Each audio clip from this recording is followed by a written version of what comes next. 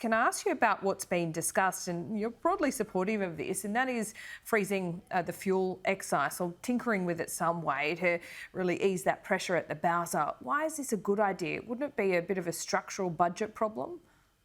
Look, this is something I called for back in February, so it's interesting that it was rejected back then. Now it's being considered, and sometime next week in the budget, we'll see that the Prime Minister owns the idea.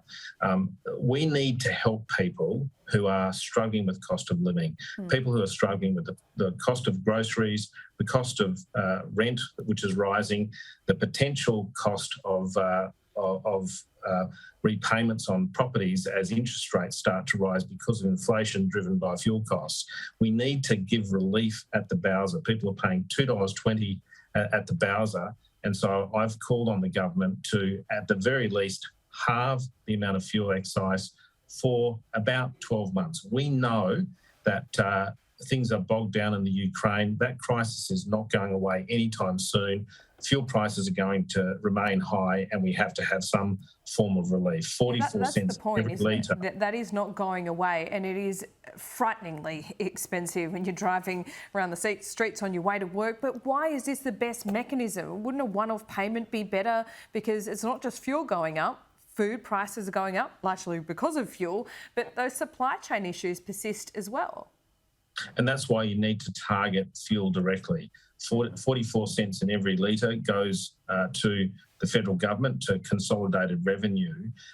And if you relieve directly at the fuel Bowser, that relieves all of those costs for families. You know, families can't stop going to work. They can't stop taking kids to school. They can't stop going. No, of course. But Rex Patrick, it's all taxpayer money, right? So why wouldn't you just give them a one-off payment, a couple of payments over the next 12 months, rather than doing it in a tax deduction kind of way? Well, it's about reducing the cost at the Bowser, which is the very thing that you're trying to reduce. Just handing out money to people is not effective in my view.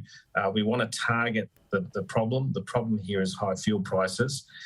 And look, it will cost the budget, but the penalty if we don't is that we end up with high inflation and we end up stalling the economy.